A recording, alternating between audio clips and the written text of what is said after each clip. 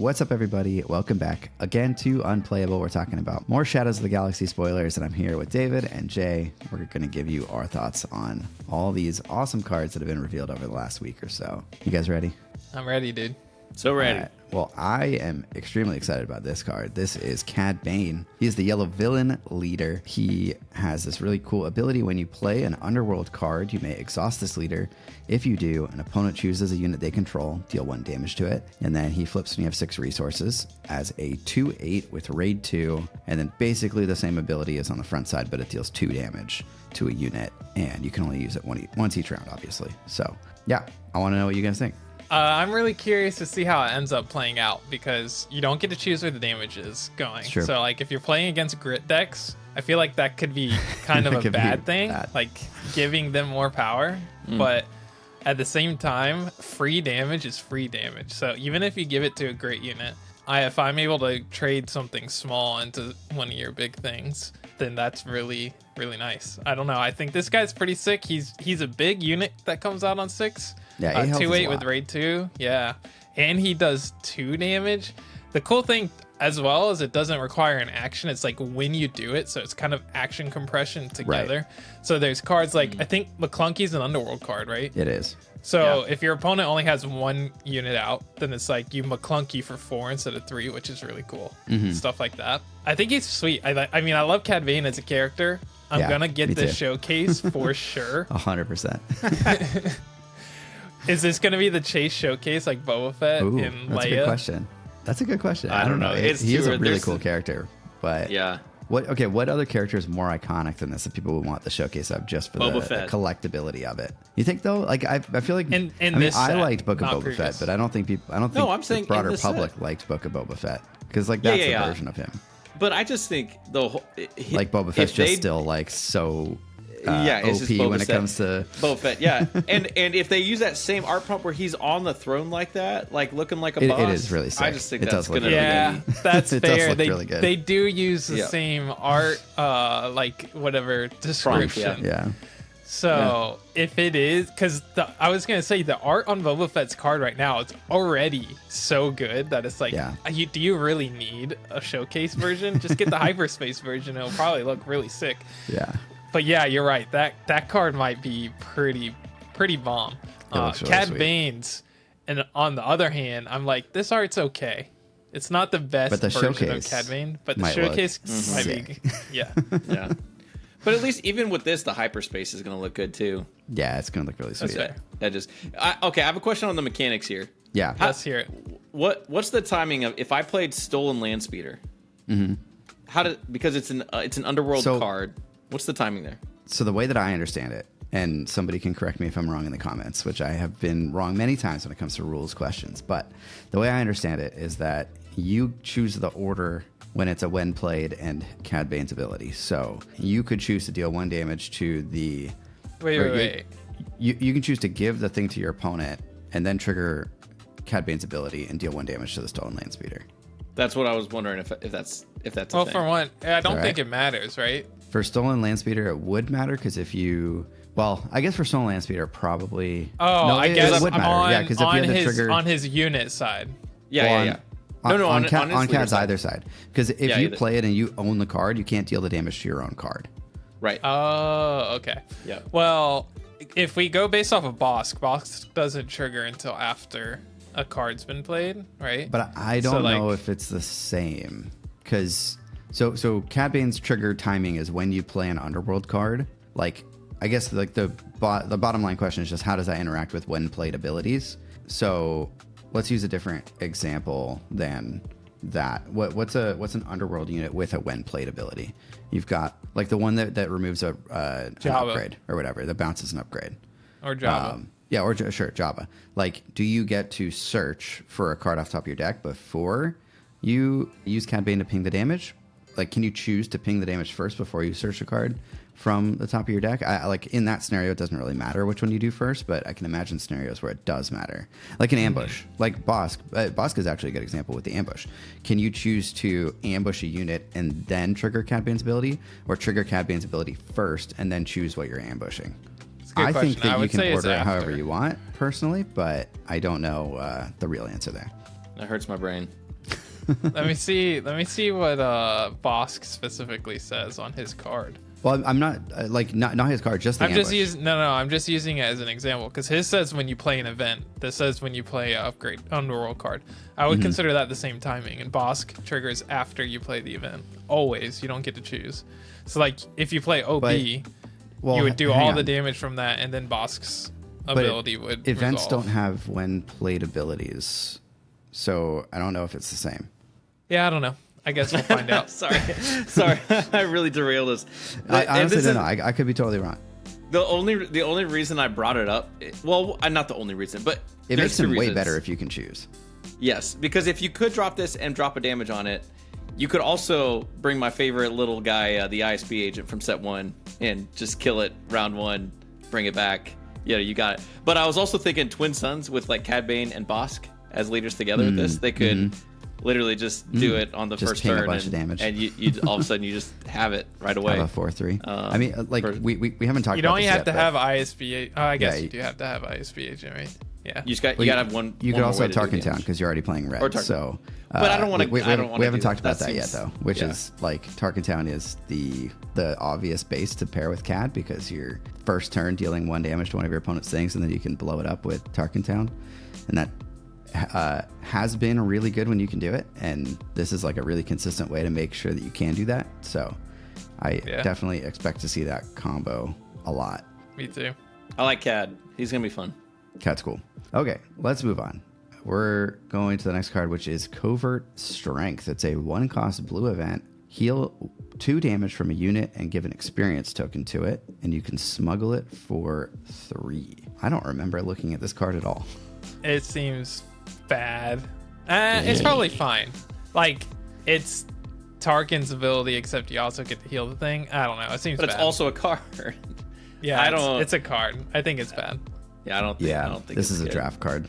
Yeah, in draft it could be fine. I think in draft it could be okay. You're trying to get value trades all the time, and you're trying to trigger your like Mandalorian upgrade synergy stuff probably in limited more often than in constructed. Yeah, because you give an experience token. It's got smuggle, so like that's going to be you resource this early, you get extra value later in the game. In a deck like Blue Tarkin, it might be okay because you're playing Sentinels, and then you can just like heal your Sentinel and buff it again. Like it might be fine, but I probably want to play it. Yeah, not super exciting, but I don't know. The art is kind of sick, actually. Yeah, it does the armor is just like it does look cool. knocking that dude out.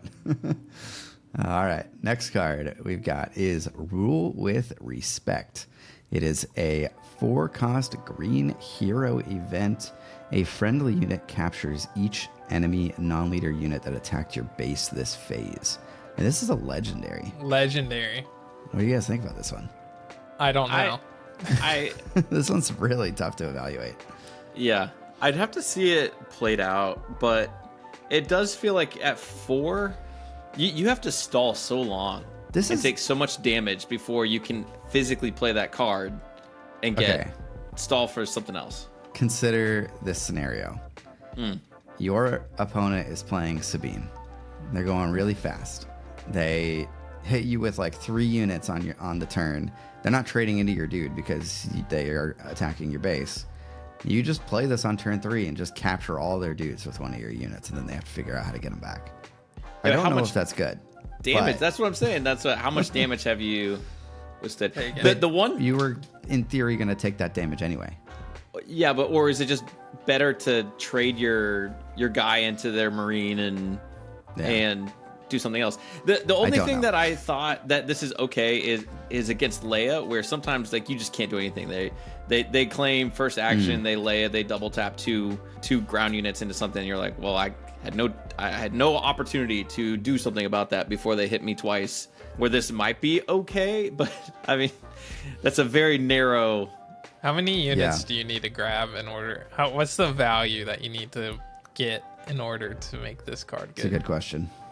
If it's like one unit, like one Avenger, or if it's like 2 little dudes that Leia swung with, like a Benthic and another Rebel Partisan, like is that still good?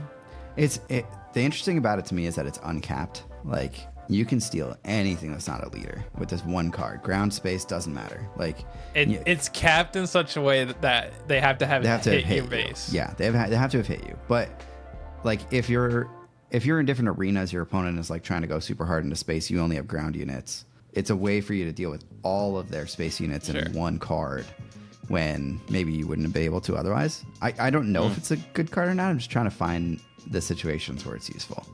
Yeah, so if we went into a meta that was like there was that deck that just went all space, no ground. Like Sabine Yellow is just like those 1 cost turn codes plus A-Wing plus Red 3 plus Falcon. It's like it's all up there and then you just capture it all. Yeah, something like that. Like you have a Sundari Peacekeeper out or something like that on turn 2, and then turn 3 you just do this, steal all their stuff. I still think it's bad, but I don't know. I will be sad if I open this as one of my legendaries. This is not the legendary I want to pull this set. Yeah, I would have to agree. I'm very, very curious to see what people do with this card because. And I pulled about 8 home ones, maybe 9. So I know this is what I'm gonna get. I'm gonna get a dozen of these. Oh man! All right, next card. We've got 1 cost upgrade. It is Bounty Hunter's Quarry. It is a green card and says attached unit gains bounty. Search the top 5 cards of your deck or 10 cards instead if this unit is unique for a unit that costs 3 or less and play it for free. I love this card. This card's kind of cool. This is the most interesting bounty. I think this is the most interesting bounty we've seen so far. I think it's interesting. I think I agree. This is really cool. I feel like there's so many applications for this. Yeah. Anything that is 3 costs and has a win played makes this like that much better. Yeah. It immediately makes me want to build a boss green deck. Just play this, ping them for 1. It's going to give you a turn or 2. I think it's interesting. If you're really playing into like the Django Kersantin kind of approach. You could do like, if you're doing boss green, you can, like if your opponent plays a Greedo or something like that, you just like put it on their Greedo, kill it, and get a 3-drop on turn 1. That's pretty good. Boy. And people will be playing Greedo because he's a 1-cost underworld, that has a pretty serious upswing. So yeah, that could be pretty cool. I mean, cards that are good off of this, obviously like Super Laser Tech, like, you can use this as pseudo ramp. You can do Cobb Vanth, and then you're getting a unit off of this, and then you're getting another unit off of Cobb Vanth when he dies. Yeah, that's cool. I thought you were saying this is good against Super Laser Tech, because then it's like, you played your Super Laser Tech in an ambush. You want to kill it? You want to ramp, or you want to give me the free? I mean, that's interesting too. Yeah. But I like getting your own Super Laser Blast. Yeah, that is any bounty. Yeah, that'll be fun. I agree though. This card's really cool. I'm excited to play around with this one. Yeah. Cool. All right. Next card we got to talk about is Xanadu Blood. It is a 6-cost yellow villain space unit. It's a 4/6 underworld vehicle fighter with raid 2, and when played and on attack, you may return another friendly non-leader underworld unit to its owner's hand. If you do, exhaust an enemy unit or resource.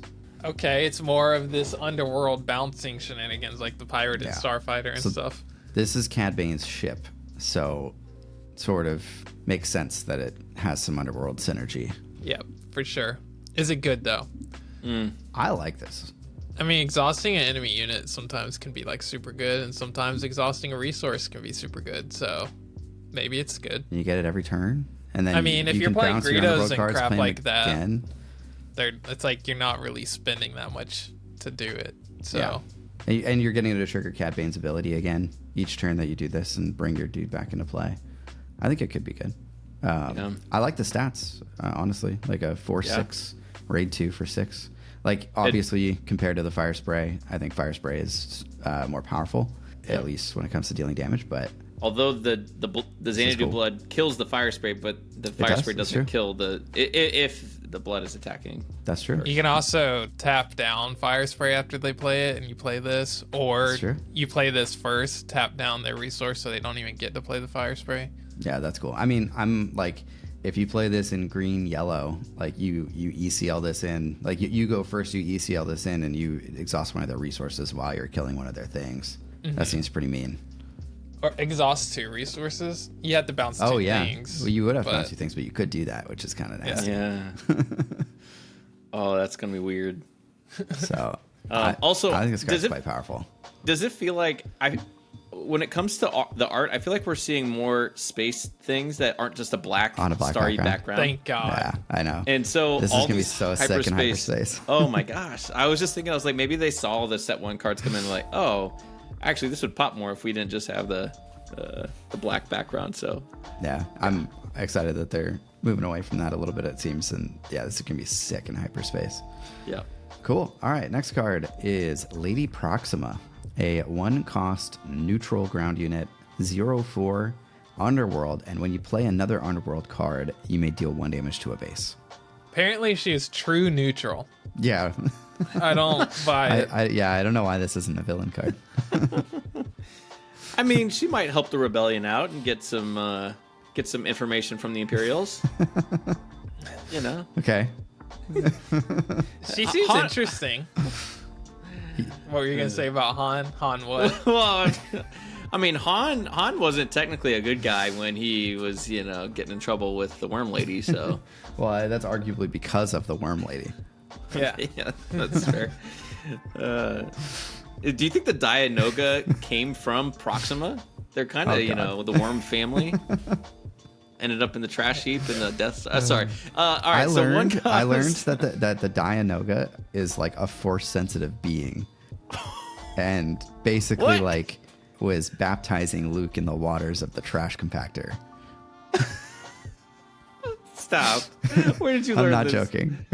I watched a YouTube video about like basically it was like an hour and 45-minute long YouTube video, and it was like the iceberg of like unknown Star Wars characters, or like I don't know, little known Star Wars characters. Watch this.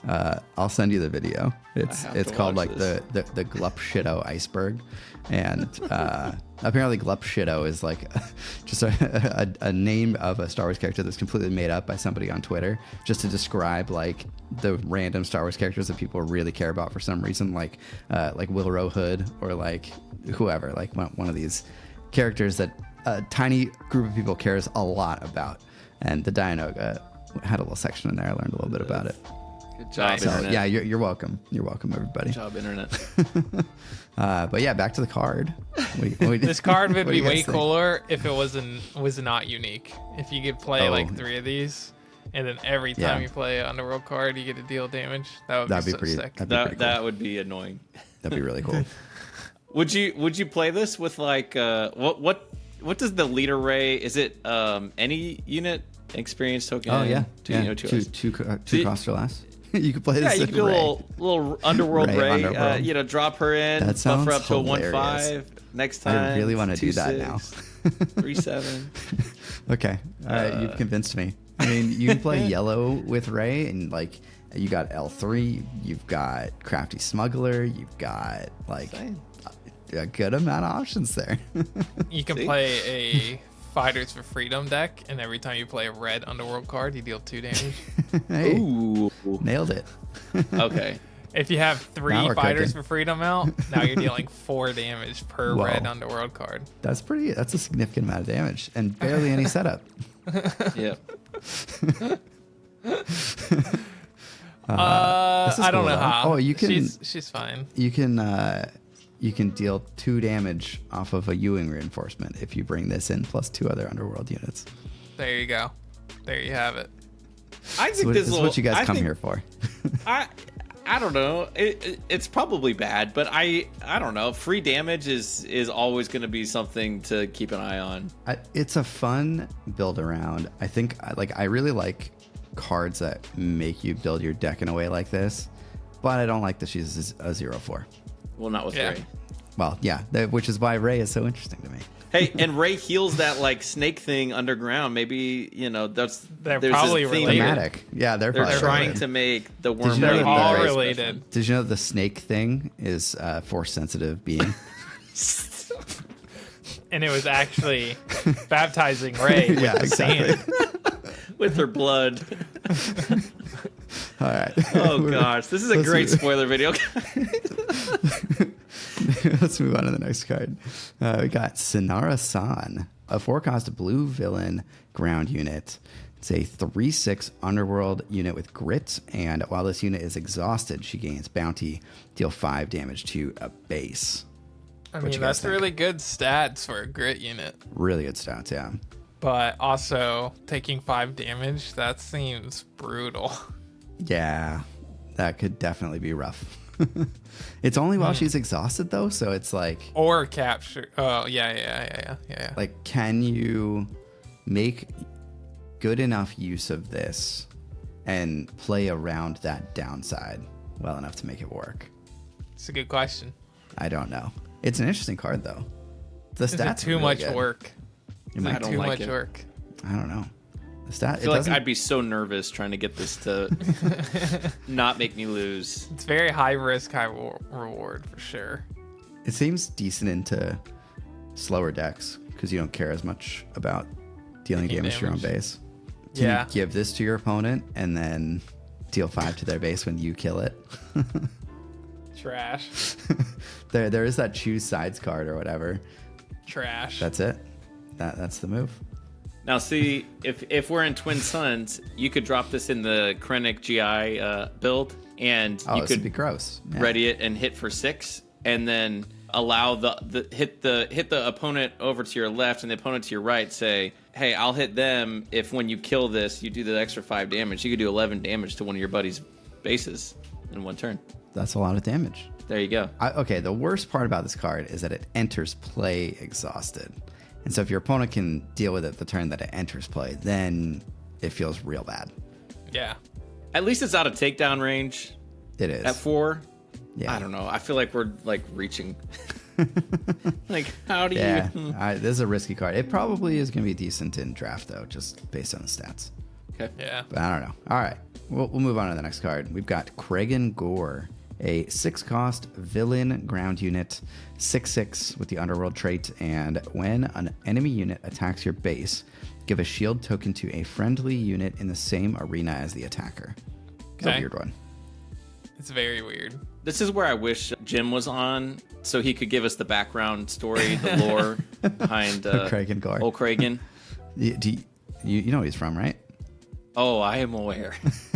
I am aware. I've never watched that show. You never watched that show? I'm actually kind of surprised that you don't like it, David, or that you dislike it that much. Did you watch all of it? Yeah, it's awful. You feel about Star Wars Resistance as I feel about Solo. Probably. That sounds about right.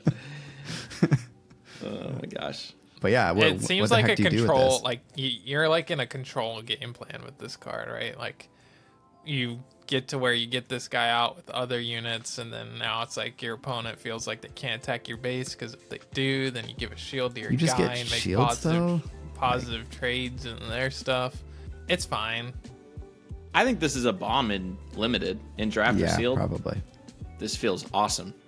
Maybe that's just what it's meant for. Maybe it's just meant to be a draft bomb. But it's like when you look at a card like this, and then you look at like the new Poe, that's a 5-cost 6/6 with like way more ability. Yeah. That's more relevant. It's like. Yeah, well, that does have one more aspect icon on it. So I do think that Poe should be better than this, but I also don't know if you ever play this in a deck. Yeah. So that's that. Yeah. Cool. All right. Well, I'm sure we'll have a lot more to say about this card. This is Maul. Baby.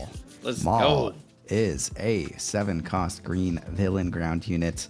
He is a 7/6 force and underworld trait, ambush and overwhelm, and on attack you may choose another friendly underworld unit. If you do, all combat damage that would be dealt to this unit during this attack is dealt to the chosen unit instead. Ewing reinforcements. Easy. GG. You can deal all of your attack damage to the worm lady. Yep. Or a crafty smuggler that has the shield. Yeah. Or you play or Ewing L3 because you winged it. Yeah. Oh, that's true. You could play this in a Chewbacca Ewing deck, and then Chewbacca is Underworld. So you ambush this, all the damage you give to Chewie with grit, and then Chewie hits for That's whatever. Cool. I like it. There you go. That's fun. Broke the meta. But I love Maul. I am so excited for Maul. Yeah. Ambush and Overwhelm together is always going to be good. That on attack is icing on the cake. This also fits that 7-cost spot that a lot of us can't fill with Vaders because we can't afford a playset of Darth Vaders right now. So I think this. Do you think this is better than Vader? I think in some cases it could be. Situationally, maybe. Yeah, in some decks, but I think it will. Maul existing, I think, will maybe drive the cost of Vader down. So we'll. I don't know, but I'm a huge fan. I love this. Is this the most exciting card we've seen from the set so far? Ooh, most exciting? That's a good question. I would say no. I'm scanning the list. Dryden was pretty cool. Yeah, Dryden was pretty cool. Poe was pretty cool. Both cool. But more cool than Maul. But Maul, a new adventure. Maul. I'm looking I said exciting. I'm gonna say yes. I think this is the most exciting card. Okay. I like this card quite a bit. I wouldn't say it's not exciting. I think it's awesome. It's a good card. So many like synergies. Iconic character, you know. It's no Craigan. You know, like imagine walking up to your local game store, Star Wars tournament. What's this game about? And you see Craigan and Sinara San. Yeah, and then you'll be like, "Oh man, I love Star Wars Resistance." You mean to tell me that there's Star Wars Resistance characters in this game? Is it? I think it's Parker. I think it's Parker loves Star Wars Resistance. He's probably screaming at me through his computer right now. I just want to see Maul on the table. Comments. I think Star Wars games should have iconic characters like this do well. So I'm pumped for this. Yeah, this is a really cool Maul. Cool to see him in his Shadow Collective sort of iteration too. Like, such a cool part of his storyline. I love it. Yep. The hyperspace will look cool too. Yeah, absolutely. All right, cool. We'll move on to Cobb Vanth, who is a 3-cost green ground unit. He's a 3/2 fringe official. And when defeated, search the top 10 cards of your deck for a unit that costs 2 or less and discard it. For this phase, you may play that card from your discard pile for free. We've got Timothy Oliphant in Star Wars Unlimited. Let's go. Also known as the guy from The Office. Oh, yeah. That's good. I think this is a Danny good card. Cordray. Yeah, Danny Cordray. This is a good card. The artwork's cool. And it's really funny that it's an official. Yeah. Well, he's the Marshal of Freetown. Yeah. So it makes sense. But it is funny. You don't think of this character and think official tagline, even though it makes sense. Well, you can use your Emperor's Royal Guards to protect him, which is pretty sick. Yep. 100%. That's what he's there for. What cards are you guys excited to find off of Cobb Vanth? I don't think it's just getting cards. It's just the fact that when he dies, he gets to bring out a card from your deck for free. It's like 2 cards in one. It's like... That's always going to be good. Yeah. Plus, if you can trigger wind blades or shielded units come in. And it's like after someone does like a board wipe, being able to bring in something after it's gone feels like it's good for aggro decks and stuff. For sure. Mm-hmm. Yeah. I use this to bring in my Piet so that I can then ambush my 6 costs. Also with Leia, pretty cool. You get to exhaust something. Yeah, I was going to say Leia's pretty cool. Any like when played abilities are going to be cool. Yeah. You could do some weird stuff with like this and like Snowtrooper Lieutenants. If you need to like kill something real fast, you could attack with this. It dies. You bring out the Snowtrooper Lieutenant. You attack with something else. Mm-hmm. Try to action chain a little bit. But I'm like, in my mind, even if it's a Battlefield Marine, I'm happy. You're paying 3 for like 6/5 worth of stats. Right. Yeah. There's nothing really to be sad about there. So this is just pure value. I think we'll see a little bit of Cobb Vanth. Absolutely. Okay. One thing to note though is that you don't get to play the card right away. You have to discard the card and then use an action during that round to play the card. You're right. So you could get into some awkward situations where you feel like you can't claim because then they kill your Cobb Vanth and then you can't play the unit, or you have to just like wait it out. That's a good. And then make sure he dies, but while you still have actions to take. Beware. I didn't think about that. Yeah. Interesting. Still a good card, I think. Oh, absolutely. Yeah. All right. Next card. This card's nuts. We've got Crait Dragon, It is a 9-cost red ground unit. It's a 10/10 creature with Overwhelm. And when an opponent plays a card, you may deal damage equal to that card's cost to their base or a ground unit they control. First question, is it force sensitive? Yes. Okay. That's Confirmed. all I need to know. Question 2. How insane is this when you ECL it? Oh, so insane. Just crazy.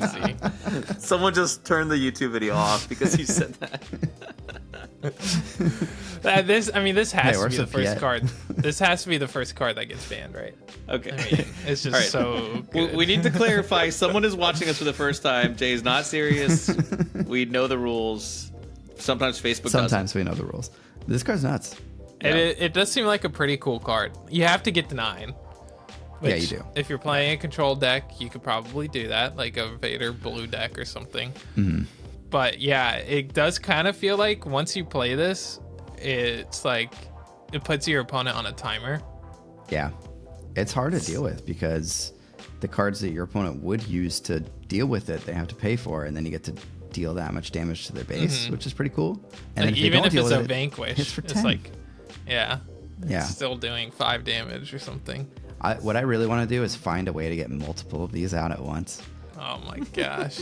And then every card my opponent plays deals double damage to their base. That's what I want. I don't know how it's going to work, but I'm going to make that work at some point. It's too fun not to. So, okay. It's the same cost as Avenger. And it feels like it goes into similar decks that Avenger would go into if you're playing it with blue. If you're not playing with blue, like, this is a great way to be playing a sort of, giant top end card that is hard to deal with that helps you like a Palp red. Sure, yeah, Palp red, Vader green, like, I don't know, stuff like that. But do you play this over Avenger in a blue red deck, or do you play this alongside Avenger? Does it matchup dependent? Like, what do you guys think about that? I think you could play it alongside because blue green decks run Avenger plus Relentless Devastator plus Devastator. I wonder if, this is not good into an Avenger. If your opponent played an Avenger, you can't really like play this. Whereas your Avenger would be good into their Avenger. Mm-hmm. You need to go first, at least, so you can deal the 9 damage to their base. Yeah, when they play it. It just turns into a 9 cost, deal 9. Mm-hmm. Wow. But yeah, super interesting card. I think that is pretty nuts. I think we'll see. See this on tables. I do love the thematics of Admiral Piet just like yelling at commanding the Crait Dragon. No, he's riding it. He's like, riding the Crait Dragon. That's awesome. I also at some point want to force throw Crait Dragon into like a Vader or something. You can force throw Crait Dragon and then bring it back with Palpatine Returns. Yeah. All right. You don't get a discount though. I know You don't get a discount. No. That's fine. I know the first deck I'm building. Wow, that opened up some. Yeah. Spicy. Definitely sounds fun. Let's go to the next card. We've got Flying Saucer. We've got Outlaw Corona. It's a 3-cost green space unit. It is a 3/5 underworld vehicle capital ship with bounty. Put the top card of your deck into play as a resource. So very high risk, very okay reward. It's a 3-cost 3/5 though. The stats are very good. Honestly. In space, yeah. Like, no space units are killing this early. They're gonna have to have like hard removal to get rid of this thing. Yeah. But they also ramp, which is kind of bad. Sometimes I think against the right decks, like you don't want to play this against a control deck. Right. Probably. Yeah. But or I think like this is even a like aggro. top end mid range deck like Vader or Cad Bane or something Boba, like that. Something like that, yeah. But playing against other aggro decks and you're an aggro deck, you want to play this all day long. 100%. Yeah. It could eat a lot of A-wings before it dies. A lot. 5. Yeah. Yeah. This is cool. I actually like this card. I think the stats are real good. What is this from? This is from the Clone Star Wars. Trek. Also Star Trek. Honestly, like when I see this picture, I'm like, this feels like Star Trek art. Truthfully, when this was revealed, I had to look up what the ship came from. And it came from an episode of the Clone Wars where Hondo is trying to steal some kyber crystals off of Ilum, I think, when like all those kids are finding their lightsaber crystals or whatever. And apparently he has this ship. So there it is. Flying saucers, everybody. Thanks, Hondo. Area 51. Also, it's an underworld card, so it triggers Cad Bane and can also be McClunkied. It's a capital ship. And a capital ship for whatever that means. What the heck? I don't know. I don't know what makes it a capital ship. That'll be fun. But when that matters. Because it's the USS Enterprise. Yeah. That's right. Nailed it. All right. Next card we've got is Kintan Intimidator. It's a 1-cost yellow villain ground unit. It's a 1/4 underworld with on attack, exhaust the defender. This seems I don't know. bad.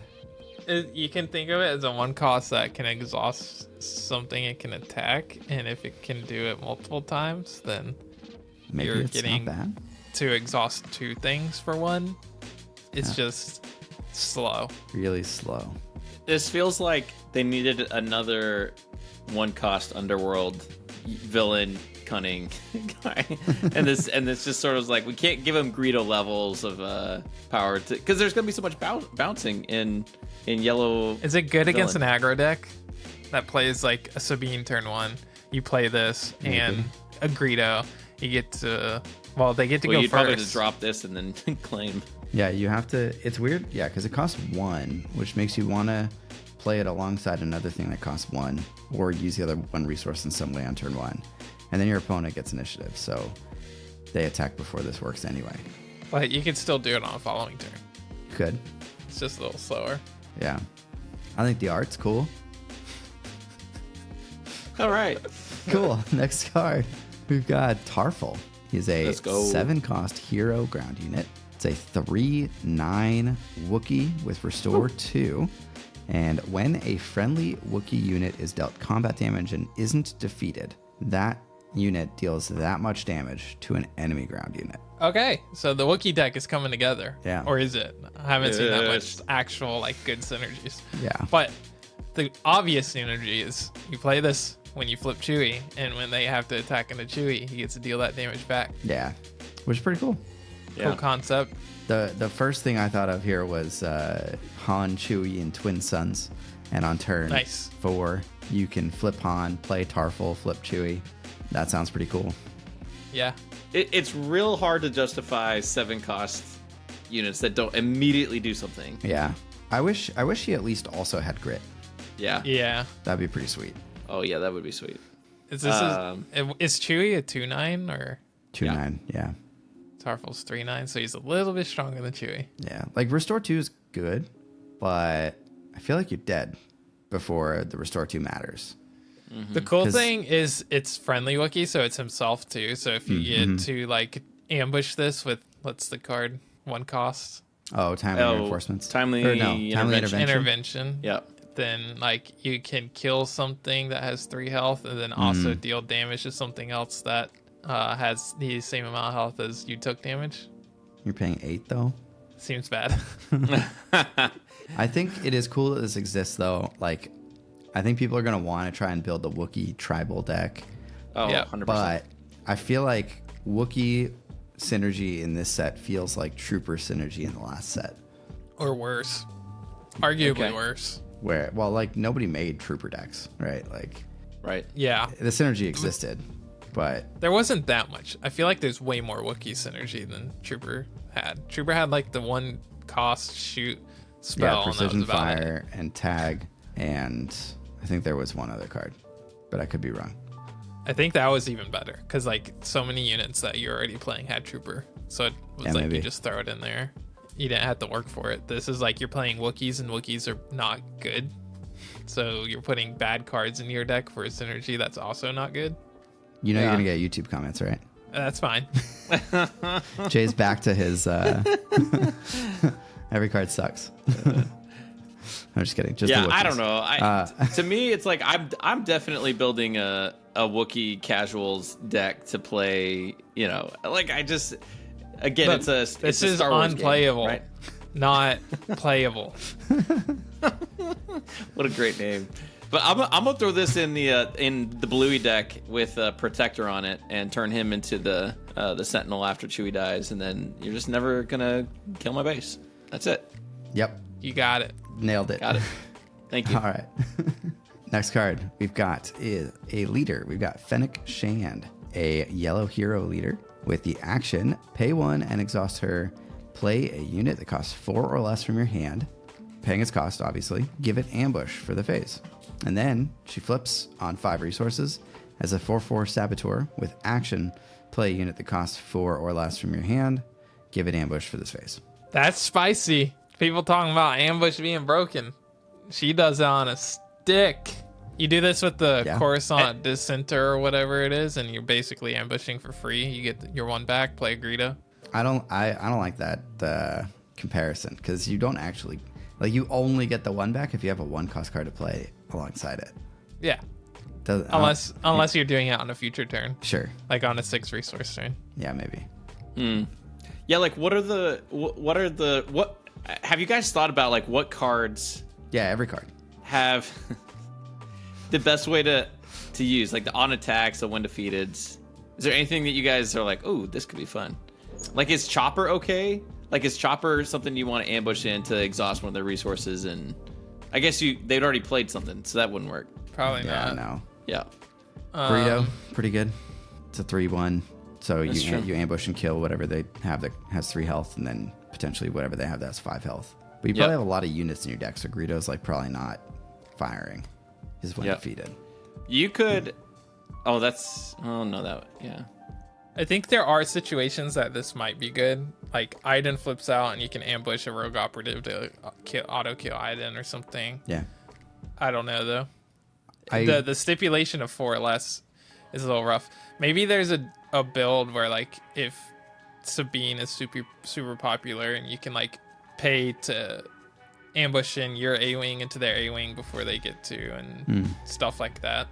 And like, just skip turn 1 and then play like under curve, but with ambush. Or like you're going first, you just play 2 costs. They play an works. A-wing, and then next turn ambush the A-wing into theirs or something. Yeah. How would you classify her ability? Is this a mid range? Is it tempo control? It's gotta be tempo. Probably here, tempo, right? yeah. You can't be an aggro deck and be trading. Like, you're wanting to go face. Yep. Yeah. Also important to notice that on her flip side, her action doesn't cost an extra resource.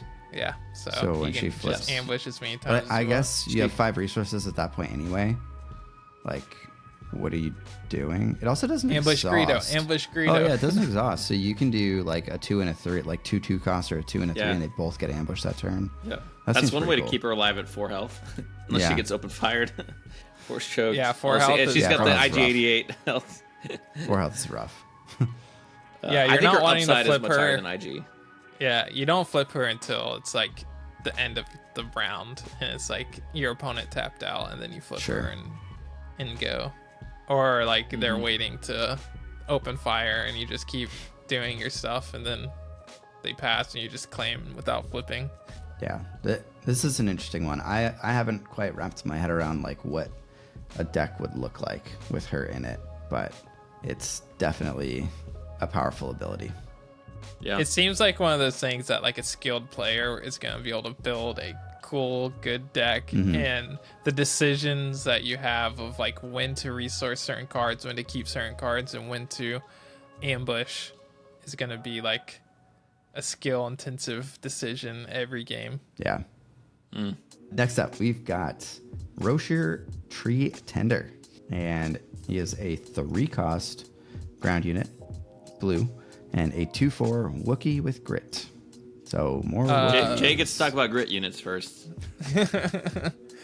I think he's pretty cool. It's like it is a little weird because you're paying 1 extra from a Scout Bike Pursuer for 1 extra power. How often does that one? I guess the 1 extra, like the 1 strength, or strength attack, whatever, kind of does suck. So maybe this is better than that. It is a Wookiee, so you get to play your Wookiee synergies. I think it's not terrible. Yeah. Do you think they spoiled her on the same day as Fennec Shand in order to say like, oh, you could ambush this grit Wookiee out and take some damage and have something ready for next round that's hitting for You can. 2 to 5. I mean, that doesn't seem like a terrible use of ambush. They have to have something that has 2 health for that to be good, right? Yeah, Probably. Like your 4 resource turn, you're playing this as an ambush. Yeah, they need like a Viper Probe Droid out or something like that still, like a 3/2. And then it's probably pretty good. Yep. Okay. I don't think there's too much else to say about that card, but we can talk about the next one, which is Smuggler's Starfighter. It's a 3-cost yellow space unit. It's a 2/2 underworld vehicle transport. When played, if you control another underworld unit, give an enemy unit -3/-0 for this phase, and you can smuggle it for 4. I don't know how I feel about this. It feels meh.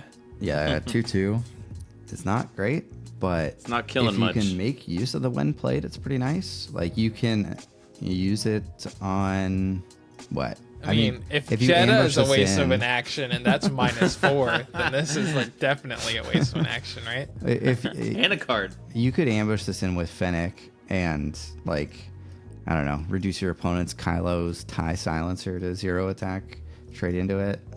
Okay. You wouldn't trade, I don't know. Okay, it. hang on. Actually, this is an actually interesting use for this card. You can play it for 2 with Lando. Yeah, that's much better. So that's kind of cool. Play it for 2. Give something -3, get a 2/2 and have in a 2/2. space. That's way better than paying it for 3. Or 4 with ambush, yeah. Yeah. So that's kind of cool. Yeah. I was thinking about Lando. This is semi-related, I guess. But I was thinking about Lando and a new adventure.